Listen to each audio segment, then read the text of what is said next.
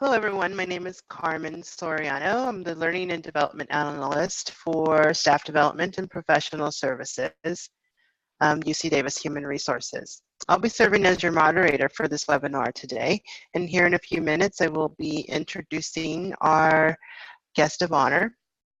But before then, I have a few things, a few housekeeping items to go over.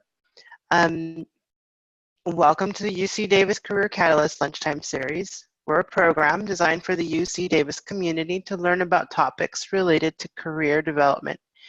Each lunchtime workshop is 1 hour long and is offered either in person, webinar, or both. Today, this workshop, Escape Career Burnout and Know Your Stressors, is available to you via webinar only.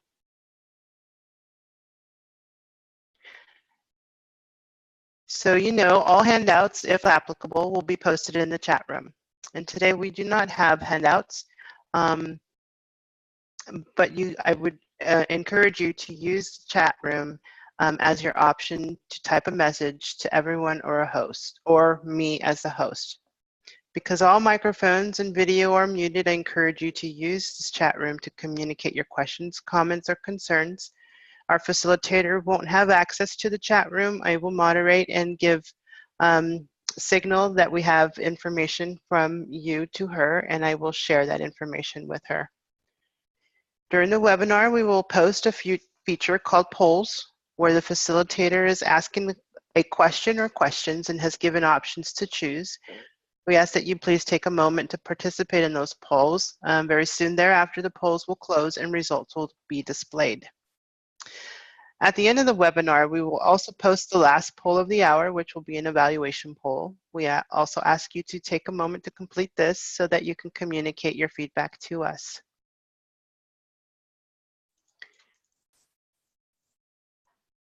Now I'd like to introduce our guest of honor and our workshop facilitator.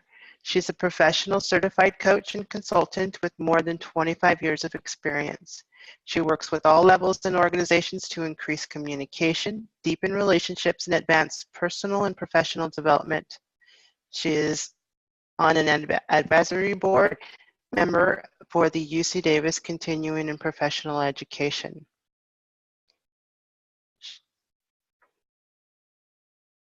And also is part of the Professional Coaching for Life and Work Certificate Program. She excels at making complex concepts seem easy in a safe learning environment. I'd like to introduce to you Dawn Karner. Just a moment, Dawn.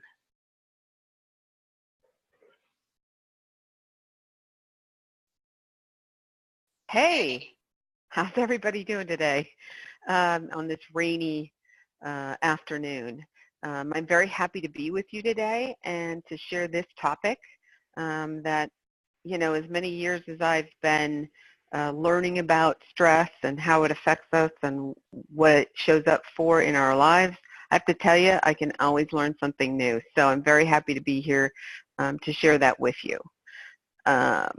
So how about let's get started. So give me just a moment here to share my screen. Oh, look. And here we go. So yes, we're here today to talk about career burnout and to know your stressors. And I hope you can sit back, relax, enjoy your lunch, and hopefully pick up some good tips. I'm open to your questions. Love to have them. So if you have them at any time, like Carmen said, please use the chat room and we will get to them as soon as we can.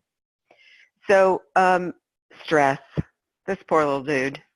You know, stress is one of those things that there's a graphic sometimes and a statement that says stress is the kind of thing that can take a lump of coal and make a perfect diamond or make a perfect basket case out of us.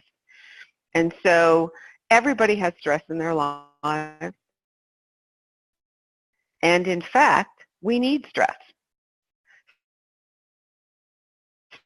Stress is what keeps us upright in our chairs.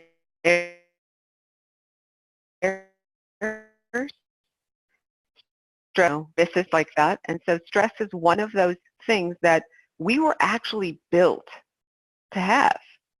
We were actually designed, our physiology was actually there so that we have stress, and stress is a valuable ally.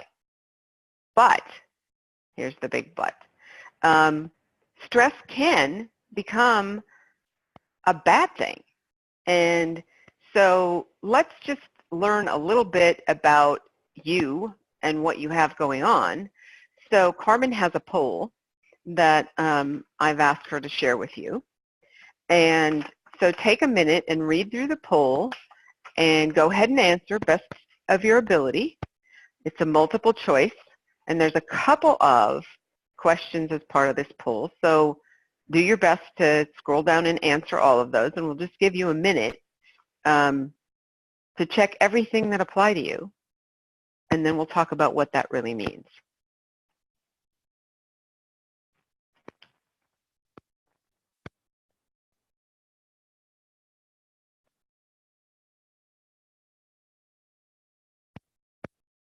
And I have to tell you, I'm sharing some of these with some of you.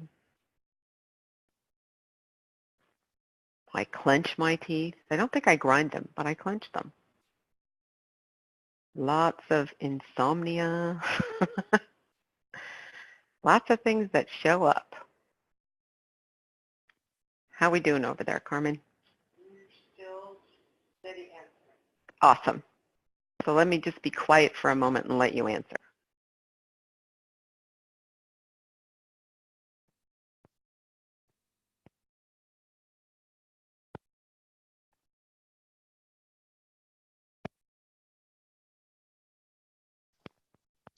Looks like we're ready to go, Dawn. Okay, so what shows up? Oh, look, we've gone forward more than we wanted to. Okay. Oh, look at there. We have a clear winner in terms of decreased energy and insomnia, difficulty concentrating and keeping focus. But, you know, we've got some, you know, folks that are coming up right behind them, panic attacks, nervousness, depression.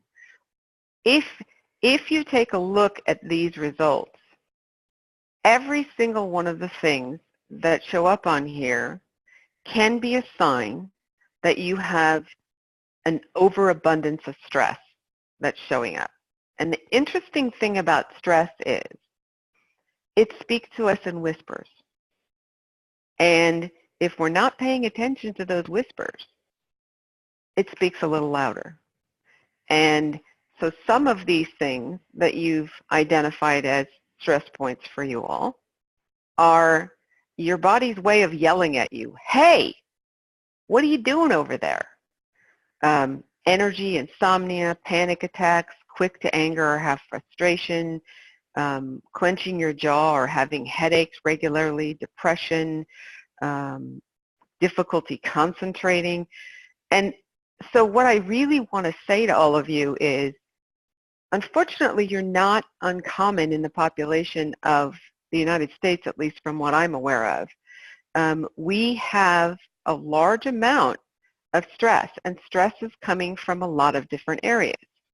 So I want to close this poll because I don't want to stay on the things that are the oh my God, look at this horrible thing that's happening. But let's go back a screen or two if I can make that happen here. Apparently I'm not making that happen. Whoa, now we're all the way ahead of schedule.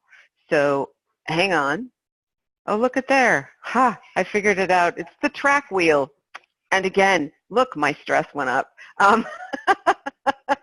Anyway, stress, what is it?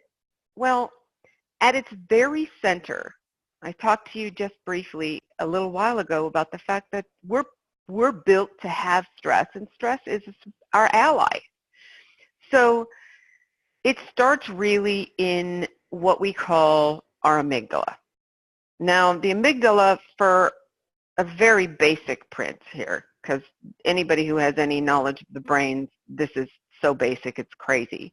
But our amygdalas are center of emotions. It's our center of survivalist kind of processes. And so when our brain works normally without undue stress, we have an activity that causes an event. It goes to our thalamus, which kind of says, what do we want to do with this? And it kind of sends messages to the amygdala, but it also sends messages to our prefrontal cortex. And that's where a lot of our rational thought processes happen. And we think about, oh, what should I do? Oh, I should avoid that, or I should add more of this or drop more of that. And then I make a choice, I decide how I feel about it, and I respond. Now that happens, oh, so quickly in our lives. But sometimes, if there's too much stress, what happens is it never gets to the thalamus to have a rational thought about where should I send this. It goes right to the amygdala, because we're built to do that, and say, danger, danger, Will Robinson. And we have really 3, sometimes 4, depending upon who you talk to, responses. You can freeze, you can fight, you can have flight, which is to run away. And the 4th one, if you're following that school of thought, is just to appease, to tell people what they want to know so that they can just go away. So each of us has one of these as a primary method of survival. And it doesn't, none of these are better than the other, except in certain circumstances, right? But everybody has a go-to. I bet that if I were to ask you, what do you think your go-to is? Do you freeze? Do you fight? Do you run? You'll know what that is. And if you just think about a time when it was, you were panicked, because that's where this response comes up, is that sort of a panic, that's when you know, and your freeze, fight, flight, or an amygdala hijack happens.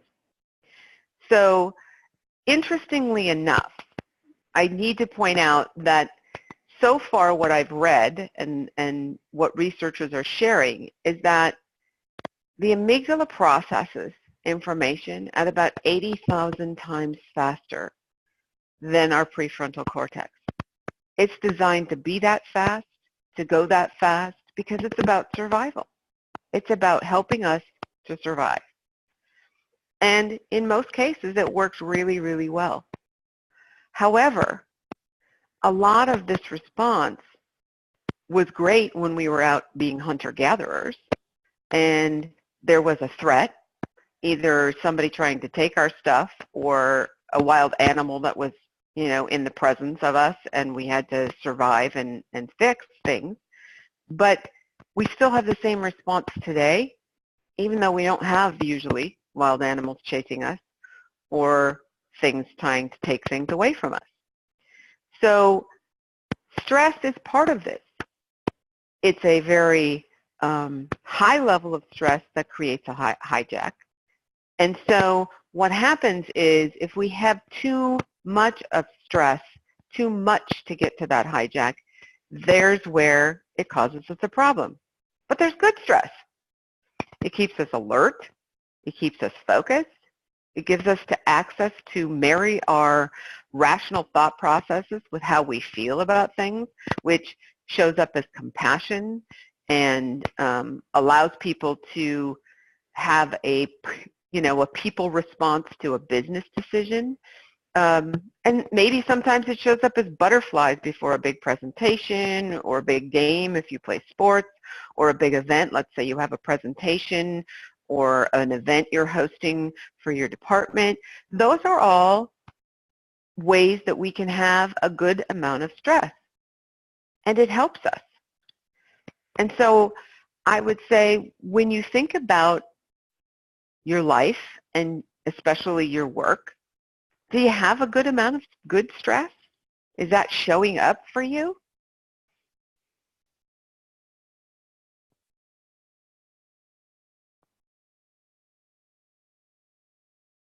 What other types of good stress can you think of?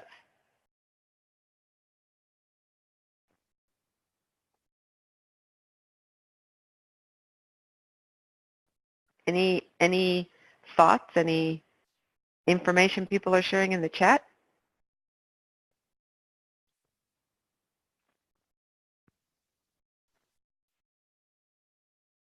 Ray RR is mentioning physical stress, exercise. Yes, absolutely. Absolutely. And in fact, that is so good for you.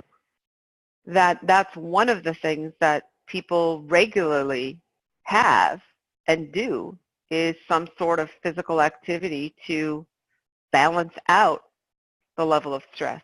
Absolutely. For each of us, it's going to be different. Yeah. So I wanted to show this particular graphic because it so makes sense. I can't take credit for this. I will give credit to the person who put this together. It's a guy by the name of Dr. Herbert Benson. And I want to tell you a quick little story about Dr. Benson. Dr. Benson is a graduate of Harvard Medical. And he was a very young researcher at Harvard Medical. And Dr. Benson back in the 70s thought to himself, you know, I have this hypothesis. I can't even say that, hypothesis. And he wanted to do research to either disprove or prove his hypothesis. And Dr. Benson believed that basically the top 5 or 6 diseases that we have in American society, even back in the 70s, were somehow a direct correlation or relationship to the amount of stress we carried in our bodies. And so he's a bright guy, so he starts to do some research with some students on campus, and he gets a tap, tap, tap on his shoulder one day, and it is the powers that be at Harvard. And they said, you know, Dr. Benson, we appreciate that you would like to, you know, explore this avenue, but we hear you're doing things like having people practice meditation and, you know, deep breathing and things of that sort, and you need to know this is Harvard Medical, and we need you to knock it off. And, you know, Dr. Benson, God bless him, is a very bright guy, and he said, okay. And so he did his research after hours and had people come in the side door because he believed so much in what he was doing. And fast forward to 2010, 2011, I think it's 2013 that I met Dr. Benson at Harvard, and he was at that time, I don't know that if he still is, but he's in charge of mind-body medicine at Harvard Medical. And in the process of this, Dr. Benson wrote a book with another colleague of his called The Relaxation Response. And in this book, he talks about the research actually proving that the top 5 or 6 diseases that we have in American society, heart disease, hypertension, heart attack, obesity, diabetes, and I can't remember the 6th one, all have a very strong, if not direct correlation to the amount of stress that we carry in our systems. And so this is Dr. Benson's stress response graphic, so I give him credit for that. He is a wonderful guy. And so if you look at this blue line, this is a perfect stress response. It's the adaptation of we go along in our lives, everything's cool, and there's a stressor. Maybe it's, you know, somebody fell down and skinned their knee. Maybe it's, oh my gosh, you know, we needed a report done and the computer broke. Any number of things like that, and it creates a stress response. But over time, and usually a brief time, that stress response drops down to the normal range again. And that's what he called adaptive, which is fabulous. This is a perfect stress response. However, what we normally see in today's world is something like this red line. And Dr. Benson called this maladaptive. And so you'll notice aside from being higher to begin with. At one point, it probably started somewhere where this blue line was. But here's the normal. And there's a stress response or a stressor. And you'll notice it normalizes, but it doesn't normalize to where it started from. It's at a higher level. Up, higher level, up, higher level. And so when we talk about, and why I ask you about the pull, is when our stress response is so maladaptive, at some point in time, what happens as an emotional change, a chemical reaction in our system, turns into a physical manifestation of a problem. And that's really what causes burnout, what causes people to come into a role in their workplace and be phenomenal. And over time, you follow this maladaptive structure if you're not paying attention. And at the end of it, there's burnout. And so how do we stop that? How do we do something different than what we've been doing? And so that's what I'm hoping we can get to. And so I want to talk about this chemical cocktail that's in front of you. When we have stress, when there's a state of arousal, our body produces noradrenaline, adrenaline, and cortisol. And usually we know what adrenaline and cortisol is because we hear those topics thrown out there. But adrenaline obviously is the hormone that gets in your system, and you've heard of people doing, superhuman things like lifting cars off of children and just doing things that they wouldn't sit back and normally think, I can do this, and yet they do. So it's a positive thing, right? And cortisol is a positive thing. It's released in our system to help us deal with the stress response and normalize it. But when we fire that stress response off so many times again and again and again, cortisol becomes a bad thing. It becomes the excess weight we carry around the middle of us. If you look at, and that's the one thing that if you go to see a doctor and you're carrying weight around the middle of you, that's the first thing they want you to get rid of because it has a direct association with heart disease, with hypertension. And that's our body's way of protecting our internal organs, our major organs. And it's also when you have an adrenaline and a cortisol response, you also have quick, shallow breathing. And that shallow breathing is keeping your blood and your oxygen in your center, away from your extremities. So if you happen to, God forbid, get a cut on your arm or your leg, you're less likely to breathe out when you're in a stress state because your body is keeping as much blood as it can towards the extremities. That's why you'll notice when you have stress, your hands get cold. They might sweat, they might get clammy, but your hands are cold because that warm blood is keeping more towards the center of your body to protect you. Now, the chemicals that create connection, that create pleasure, and that create calmness, you'll see on that right-hand side. Oxytocin, dopamine, serotonin, and GABA. And if you've depleted those by running too much of the chemicals on the left side, you'll have difficulty sleeping or staying asleep. Oxytocin, lovely, lovely hormone. There's a guy named Dr. Paul Zak. Love that man. Dr. Paul Zak is a professor at Claremont Graduate University, and he has done an enormous amount of research with regard to oxytocin, but interestingly enough, Dr. Zak is an economics professor. And how he got interested in oxytocin is he was trying to figure out what created communities that were economically successful. And he started to study those because he's an economics professor. And the more he learned, the closer he got into looking at the chemical or the hormone called oxytocin. And oxytocin is a trust hormone, if you can believe that. It gives us a feeling of trust. And so we have an oxytocin connection with our mom. That's our first connection. But with people who are close to us, people that are close to us in our workplace environment, people that are close to us in our life.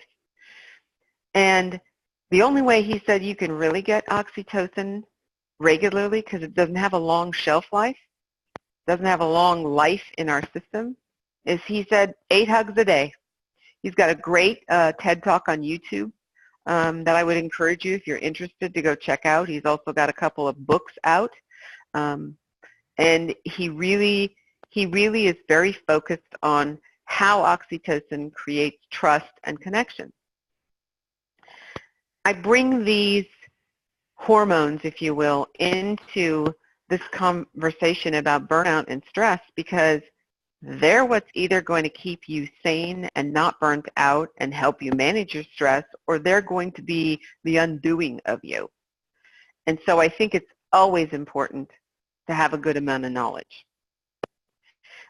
Do we have, I want to take a quick break because I'm giving you a lot of information here and I don't want to overwhelm you. Are there any questions with regard to the stress hormones and how they show up, about, you know, what the stress response is, or how you can tell you're having a stress response?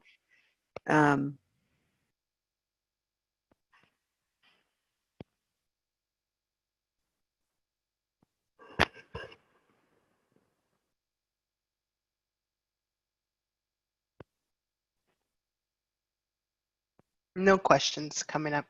All right. So hope you're enjoying your lunch.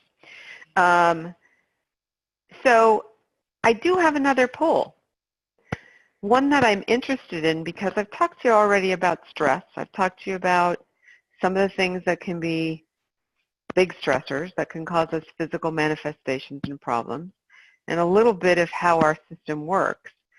But this poll is really, where are you at? Where's your comfort level in looking at stress and doing something about it?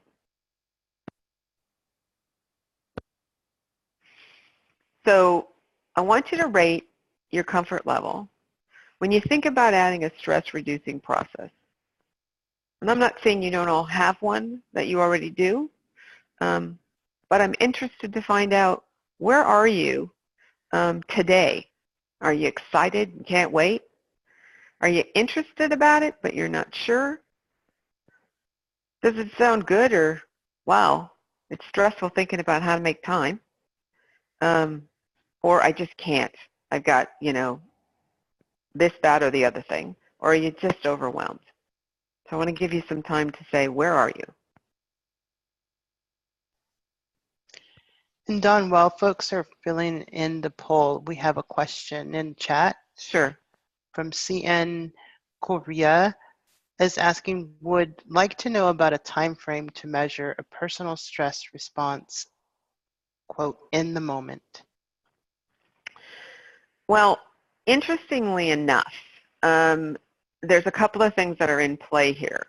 The first is an emotional response that is a sort of a chemical cocktail that goes through your system in about 6 seconds.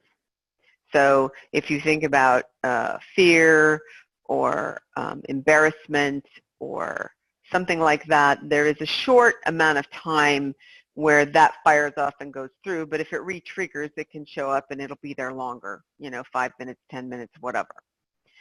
But in terms of your stress response, oxytocin has a pretty short amount of time that shows up to calm you down. When you think about cortisol, cortisol has, I can't remember the exact terminology, but the research is showing that between 24 and 26 hours, it can continue to circulate in your system. So in terms of a stress response, if it's something that your body sees as a bad thing that has you really kind of on edge, you can experience stress in your system for a whole day after a response, after anger, after, a near miss with another vehicle on the road, or, it could be even triggered in that degree by an altercation with somebody you work with. So I hope that's helpful. There are no other questions on the board. Okay. Yep, let's do it. Okay. All right. So most of you are excited or at least interested in some degree, and we've got some folks that are overwhelmed. So first and foremost, to not leave the overwhelmed folks behind, the idea of reducing stress shouldn't cause you more stress. And so what I would recommend is start small. What's one thing you can do for 5 minutes? And it really has to do with being able to see that there are options. Sometimes we get overwhelmed and have a high amount of stress because we don't see that there are options. So there's a feeling of trappedness. And so the first goal is to see what are the options. And sometimes it helps to have somebody that you can talk with to help you see options that you're not able to see for yourself. And I'm not talking about sending people to therapy or anything like that. I'm not qualified to send you to somewhere like that. That's a choice you need to make. But a trusted family member, a good friend, I need you to help me see options. Here's the situation and here's how I feel about it. Because how you feel about it is how you feel about it. It's not a good, bad, or indifferent. But finding at least one option helps you then find maybe more than one, maybe two, maybe three. And so it's very small steps. And I had situations in my lifetime where I was overwhelmed and had a huge amount of stress, like so much stress that I had an infection in my body that no amount of antibiotics would kick. Just wouldn't kick it at all. And it was a very, very difficult time. And so I want you to know that it is possible to get past that overwhelm, but it's not quick, and you need help. Because a lot of times we can't see those things for ourselves. I happened to take a yoga class. The first time I took 65 minutes of yoga and they were breathing through one nostril and the other, I thought I was going to have to kill somebody. I was like, oh my God, is this done yet? Is this done yet? And the second time I went, I fell asleep because I finally was able to relax. But what I'm saying is there are options, but it sometimes takes us a while to find them. As far as the bulk of the folks here, I'm very happy to see that you're excited and interested and want to make opportunities and changes, which is kind of why we're here. So let's talk about what that is. Let's look at how can we do things that will reduce our stress to help us be alert and aware, and yet, not like a jelly mold in our chair. So there are certain behaviors and certain ways to eliminate stress that are pretty well known. One of you mentioned earlier physical activity, any type of physical activity, but it has to be something you like and something you're willing to make the time for. One of the easiest ways to reduce stress is to get out in nature. And if you're here working on campus, you've got all kinds of places to walk. You've got the Arboretum that you could do on a break. on a lunch. You know, grab your sandwich and take it on a hike. So quick and easy, not extra. But for those of you who don't take a lunch and bring your lunch to your desk, I would challenge you to get out of that space at least a couple of times a week, if not most days. And I will bet you that if you do that, your level of focus and your ability to have energy for the afternoon is increased. Believe it or not, one adult beverage at the end of your day is actually not a bad thing. 2, 6, 10 adult beverages, not so much. Yes. We have a question? A question from D. Francis. What if you have physical limitations that prevent you from walking? Well, I tell you what, I don't think it's the activity necessarily of walking, it's just being out in nature. So if you are wheelchair bound, there's still paths you can go to just kind of sit and take in the breeze and the trees and the flowers. There's lots of beautiful plants and flowers on campus. So that's an opportunity. It's what I'm challenging you to think of is, any of you, is how do you modify it? How do you do you? Because the best thing that's going to work is if it works for you. Not, let me give you a list of all the things that you can do to relieve stress.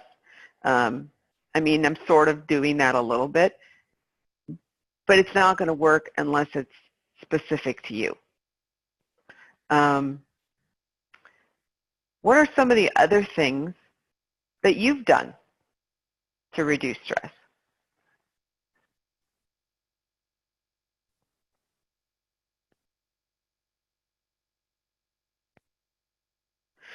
And while you're typing that in, I want to tell you a quick little story. Several years ago, I was in a role, a professional role, that I liked relatively well, but there was a lot of stress. A lot of stress, a lot of, short-staffed, extra work, politics in the workplace, not that you all know anything about that. But when that happened, I found myself, not taking care of myself as well as I should and having some stress build up. And there was a bowling alley about a mile from where I worked. And I went over there and I would bowl at lunch. They had a snack bar so I could, order something to eat while I bowled. And I used to jokingly go with people that, felt the way I felt. And we would put faces on the pins. We'd say, okay, whose face is on those pins? Let's knock them down. And I know it seems like really juvenile and immature, but it was so much fun, and it released so much stress, and the afternoon didn't drag on because we had that break in the middle of the day. And when I tell people I bowled at lunch, they go, you did what at lunch? How can you bowl at lunch? And I'm here to tell you, you can do anything in your lunch break if you put your mind to it. We have some ideas over there? Well, what do we got? Thank you, everyone, for participating today. So we have Cian Correa. She shared what she does is distraction, gardening, pets, ride horses. Ooh, nice. LADE listens to meditation music on low volume when they wake up in the middle of the night. It helps them to get back to sleep. Cool. And P. Hoang says they take a shower or a long bath. Nice. TM Castillo shares that they do yoga, listen to music, play with grandkids, cook with their husband, play music, sing, hang out with friends, at work, breathe deeply, talk to coworkers, go out for lunch, etc. Jan, shares that they plan on using a jump bike to ride around, weather permitting. Nice. Very nice. Those are perfect ideas. Other things.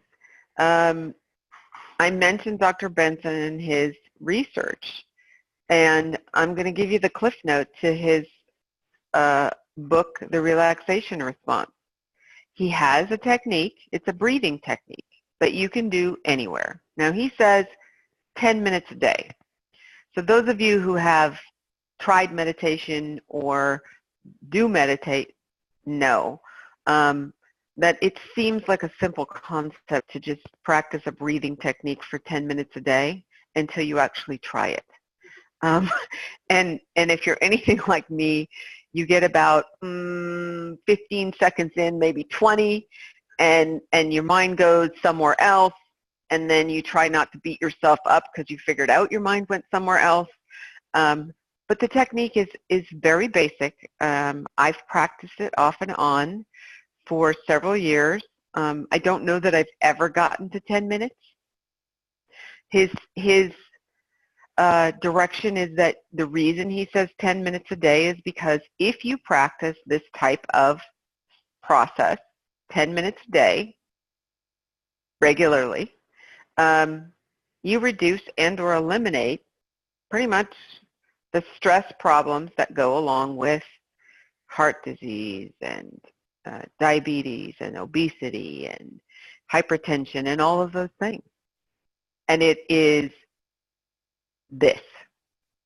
He has a count of 6. So you breathe into a count of 6. You hold it for a count of 6. You breathe out for a count of 6. Now, unlike a lot of specific meditations, he doesn't tell you that you got to breathe in through your nose and out through your mouth and, you know, all that kind of stuff, or in through your left nostril and out through your right. He just wants you to breathe. It's just a deep breath in to 6 counts, hold it for 6, and a deep breath out for 6 counts. And that's the physical piece of it, but there's also a mental piece, which means that as you're breathing in and holding it, and then you breathe out, he said adding a mantra adds to its effectiveness. So a mantra can be anything. If you have a particular religious practice, you might be, you know, use that. If you just want to say peace or love or gratitude, whatever that mantra is, it needs to mean something to you. That's all it needs to be. And he says if you do this for 10 minutes a day, it works. And like I said, I practiced it with Dr. Benson, and it was very difficult to like stay focused and you know, keep on task, because I would be breathing in and I'd count to 6 and I'd wait 6 and then I'd breathe out and I'd say my mantra, whatever it was.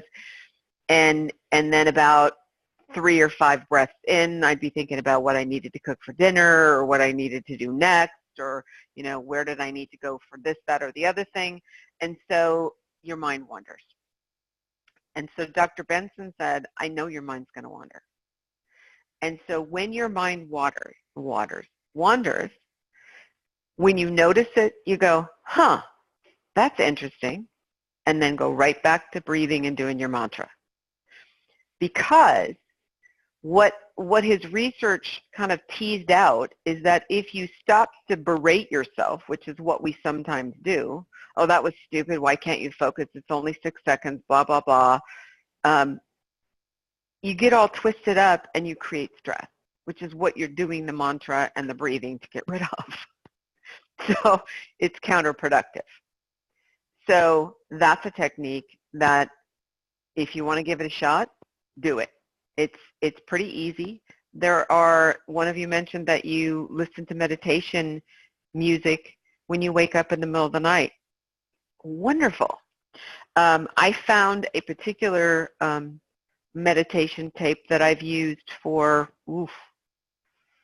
18 years, off and on. It's by a company called Centerpoint. And I'll give all the specific information to Carmen so she can post it if you want to look it up. But it uses some technology, so you need to listen to it with headphones on because there's a reason why you do it. But I've not found a meditation tape that works as good as that one for me. And like I mentioned earlier, all of this stress reduction stuff is only as good as it makes sense for you, that it works for you. I have an app on my Apple Watch that just kicked off right about now and said, breathe. Believe it or not, breathing shallowly keeps you stressed. Breathing deeply releases it. And so I have this app that unfortunately for me, some days, kicks off more often than I'd like it to and reminds me, oh, your breathing is not very deep. Deepen your breathing. Take in as much oxygen as possible so that you can think clearly, that you can get the blood to your extremities, and that you calm down.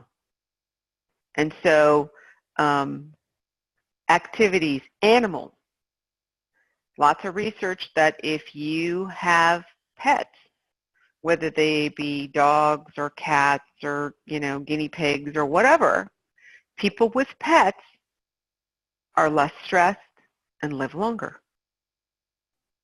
And, some of us feel that our pets are the reason that we are less stressed because when we get stressed with people, we go see our pets who don't back talk to us.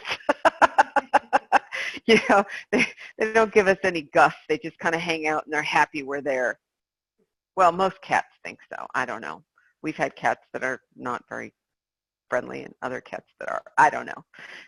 But if you're a cat person, your cat's your person. So, yeah, things like that. Believe it or not, the ocean and anywhere, like if it's a waterfall or anywhere that kind of puts negative ions into the air is wonderful for stress reduction, which is why I think some of us take a shower because it's that steam that gets up in the air. I don't know if it's exactly the same as a natural creation of, let's say, water in the air from waves or rivers or waterfalls, but I got to think it's pretty close. I have, over the course of my life, gotten much better at my level of stress when I drive. Driving can be a huge stressor, either driving to work, driving home from work, driving to pick people up. If you drive as part of your job, because people have become less aware of other people on the road, I think, but it's in perspective. One of the best stress reducers is to ask yourself, as you're irritated with someone or something, in 5 minutes, 5 days, or 5 weeks from now, how important is this going to be in my life? It allows you to put it in perspective because in the moment, we don't have perspective. We lose that, which contributes to a level of stress. Any other ideas? Because you all have great ideas. Yeah, we have one on the board from CN Korea. They asked, are you familiar with the new book by Emily Nagoski, PhD, called Burnout, The Secret to Unlocking the Stress Cycle? No, but now that it's in the chat, I need to write that down and go look at it because there's new stuff coming out all the time. And thank you for sharing that. How did you find that book, if I might ask? And have you read it? What's a nugget or two that you think is important for all of us to know? Not that I'm putting you on the spot or anything, but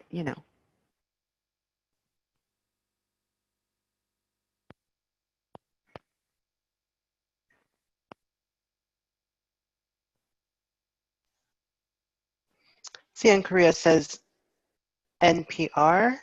Okay. She mentions practical ways to close the stress cycle daily. Nice. Okay, so everybody take note of that. And I'm going to take note of it too, because I got to tell you, there's always good stuff coming out. And I am not the resident expert on all of the stuff. I just have been exposed to enough of it, and I'm enough of a neuroscience geek that it's just really interesting to me. And I wanted to bring it to you as this, career catalyst to know that in every situation,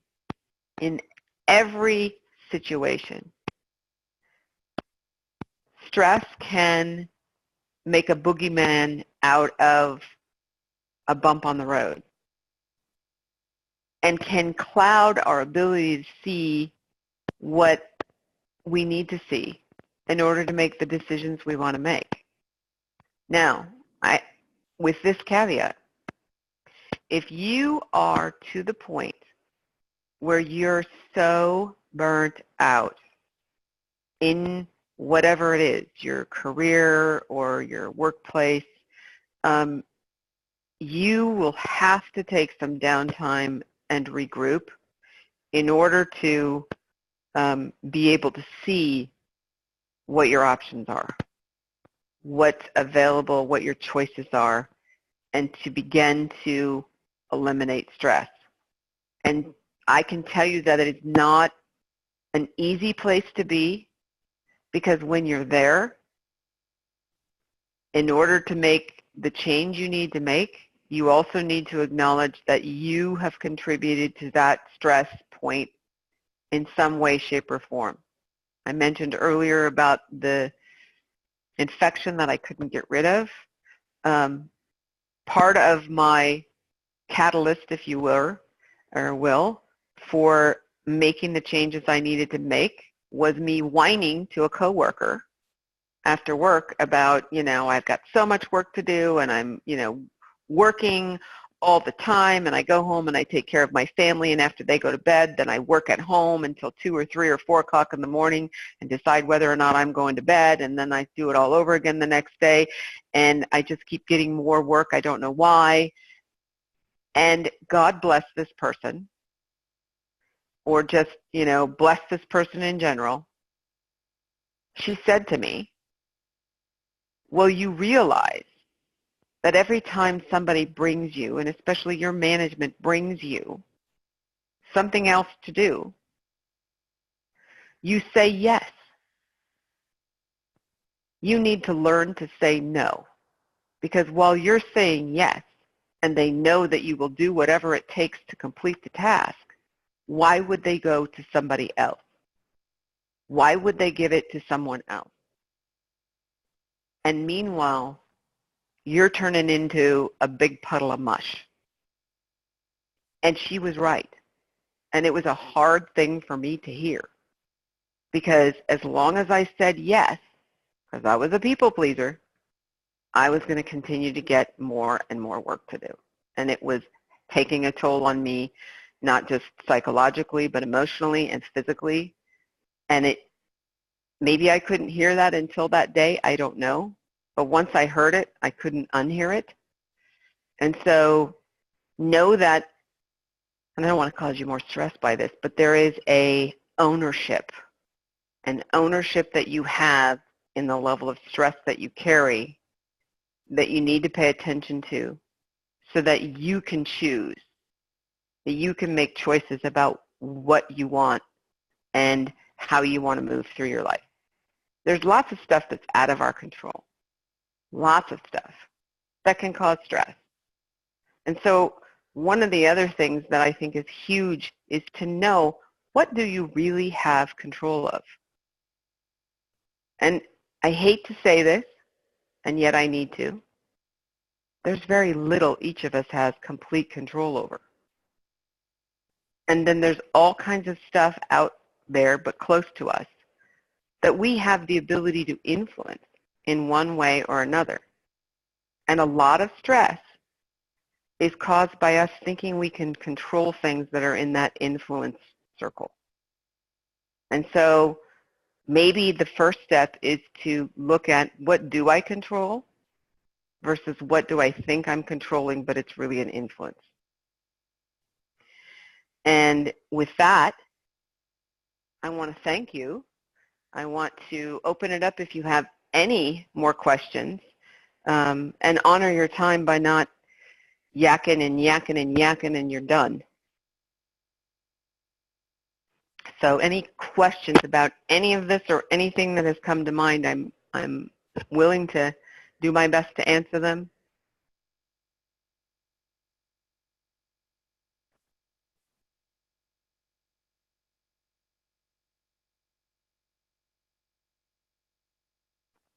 You're welcome.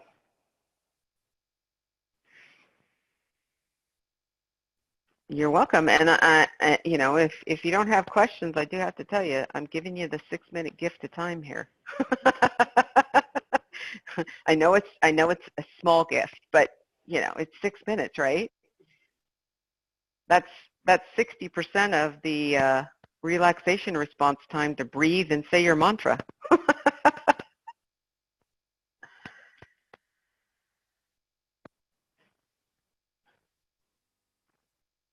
Anything to add, Carmen?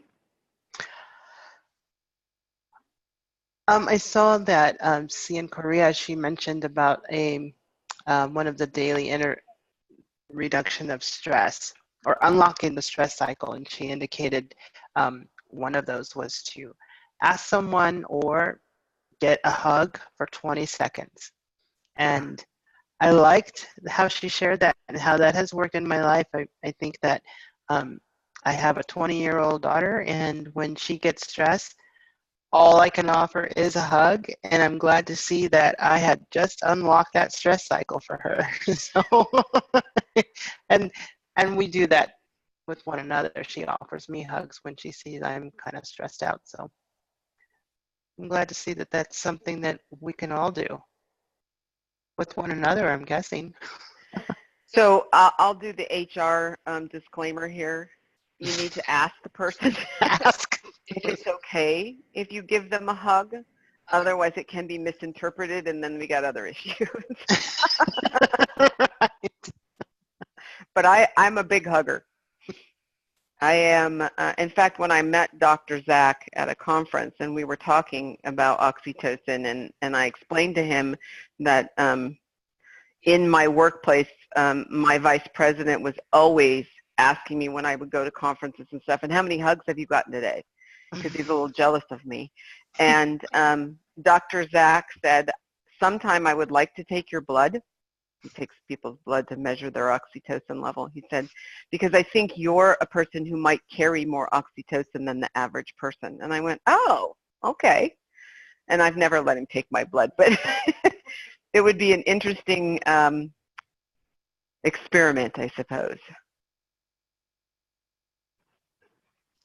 Well, thank you all for attending. I'm going to now launch the evaluation poll. If you could take a second to complete these couple of questions for us, we would greatly appreciate it. Also posted there is a thank you and a slide indicating if you're not currently on our listserv and are interested in hearing about future offerings with these workshops, please send your email to sdps@ucdavis.edu.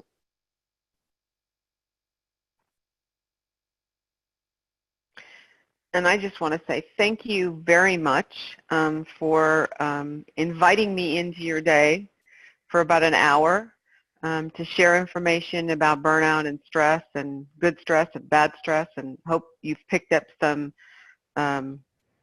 ideas and things to do, not just from me, but from all of you who have shared so generously during this hour about things that help you reduce your stress level.